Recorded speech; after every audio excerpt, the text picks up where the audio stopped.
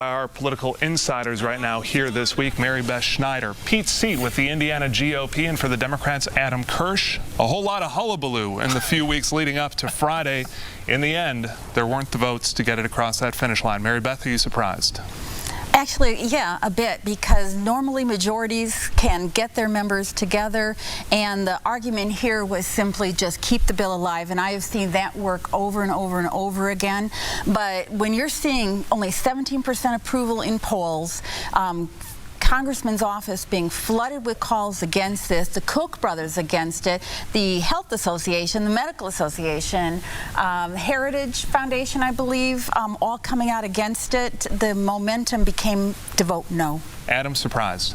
Slightly. The Republicans have campaigned since literally day one that the Affordable Care Act came in place, that they wanted to take away the Affordable Care Act, eliminate coverage for pre-existing conditions, and kick people off Medicaid. They had that opportunity this week, and they failed. It's unquestionably a good news for the country. Here in Indiana, we'll have 400,000 people who will get to stay on HIP 2.0 because the funding won't be eliminated. Policy-wise, it's a good deal for Hoosiers.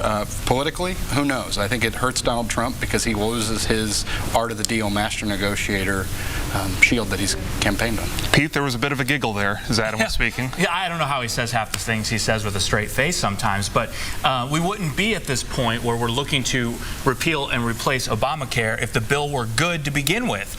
And Joe Donnelly, your United States Senator, Democrat, helped put that in place, and had he not done that, we wouldn't have been in this position. You know, you've got this small group, the House Freedom Caucus, who not that long ago couldn't even get their calls returned by the Speaker of the House, John Boehner, and now they're getting one-on-one meetings with the President of the United States.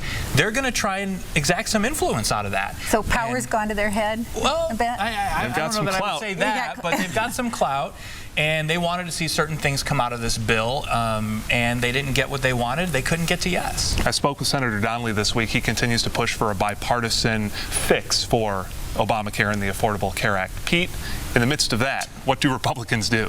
Well, again, you wouldn't need a bipartisan fix if he hadn't voted for this to begin with. You know, Joe Donnelly goes to D.C., he votes for the Affordable Care Act, for Obamacare, and then he comes to Indiana and says, oh, well, we need to fix it. It's not perfect. We'll get things done. But he's there lockstep every time with them in Washington, D.C. So you've got one thing going on over there, the way he votes, and you've got another thing going on here, the way he talks. And he's just got to get his story straight. I got to disagree a little bit here. The one reason they're having trouble passing it is that there are so many things about Obamacare that people actually like. Continuing coverage, young people on their parents' health insurance, no lifetime cap, expanded Medicaid, all those things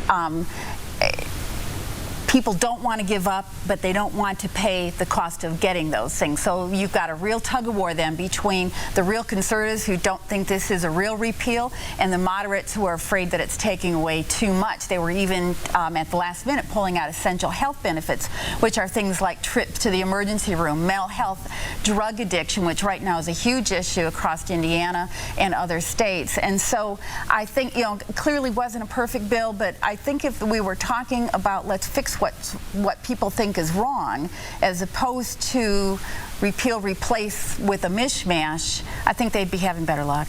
Adam, where does this issue go from here?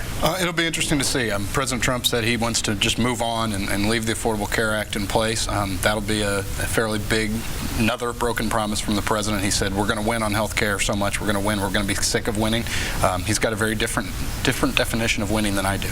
Mary Beth, Governor Holcomb getting behind this bill late this week, pushing other governors to get behind it as well. Was that the right political strategy? Actually, I don't think so. Holcomb's having a very good run. This is a very tough decision for Holcomb when you have Mike Pence there pushing hard for it. But the HIP 2.0 depends on that money continuing. That's been very popular. That's actually one of the ways other states might want to go. And unless they come back with some way to fund that, that's gone. I think that's tough. I don't know that it was a huge loss as everyone is putting it up to be. I think it was really refreshing to see the president, the vice president, the speaker, all these people working together to get something done. They just didn't get enough people there. Master at the clock, Adam, Pete, Mary Beth, thank you for joining us. Thank you. We appreciate you being here. Also this week,